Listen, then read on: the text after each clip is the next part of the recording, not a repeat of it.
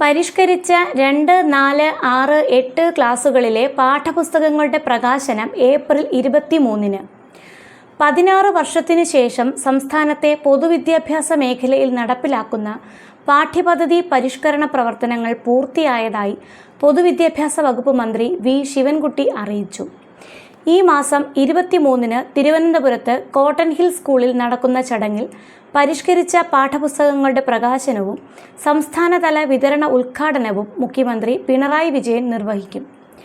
കഴിഞ്ഞ വർഷം പരിഷ്കരിച്ച 1, 3, 5, 7, 9 ക്ലാസുകളിലെ പാഠപുസ്തകങ്ങളും ഈ വർഷം പരിഷ്കരിക്കുന്ന 2, 4, 6, 8 ക്ലാസുകളിലെ പാഠപുസ്തകങ്ങളും ചടങ്ങിൽ വിതരണം ചെയ്യും.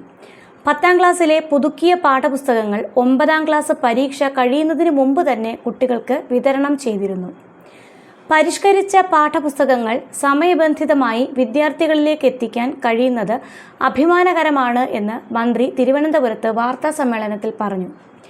1, 3, 5, 7, 9 ക്ലാസുകളിൽ 238 ടൈറ്റിൽ പാഠപുസ്തകങ്ങളും 2, 4, 6, 8, 10 ക്ലാസുകളിൽ 205 ടൈറ്റിൽ പാഠപുസ്തകങ്ങളും ആണ് 2 വർഷം കൊണ്ട് പരിഷ്കരിച്ചത്.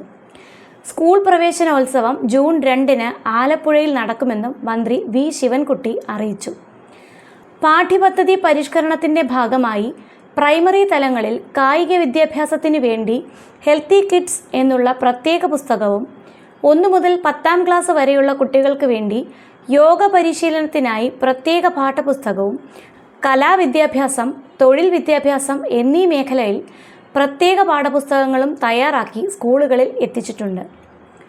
തൊഴിൽ വിദ്യാഭ്യാസത്തിൻ്റെ ഭാഗമായി കൃഷി, പാർപ്പിടം, വസ്ത്രം, സാമ്പത്തിക സാക്ഷരത, പാഴ്വസ്തു പരിപാലനം, printing and stationery, plumbing, electrical and electronics, ഭക്ഷ്യവ്യവസായം, ടൂറിസം, മാധ്യമങ്ങളും വിനോദങ്ങളും, കരകൗശലം എന്നീ മേഖലയിൽ 5 മുതൽ 10ാം ക്ലാസ് വരെ പ്രത്യേകം പാഠപുസ്തകങ്ങൾ തയ്യാറാക്കി വിതരണം ചെയ്യുന്നുണ്ട്.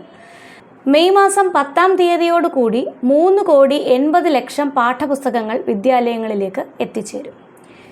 ഇത്തരത്തിലുള്ള ഉപകാരപ്രദമായ വീഡിയോസിനായി ചാനൽ ഒന്ന് സബ്സ്ക്രൈബ് ചെയ്യുക. നിങ്ങളുടെ കൂട്ടുകാർക്ക് ഷെയർ ചെയ്യുക. വീഡിയോ ഇഷ്ടപ്പെട്ടാൽ ലൈക്ക് ചെയ്യാൻ മറക്കരുത്. താങ്ക്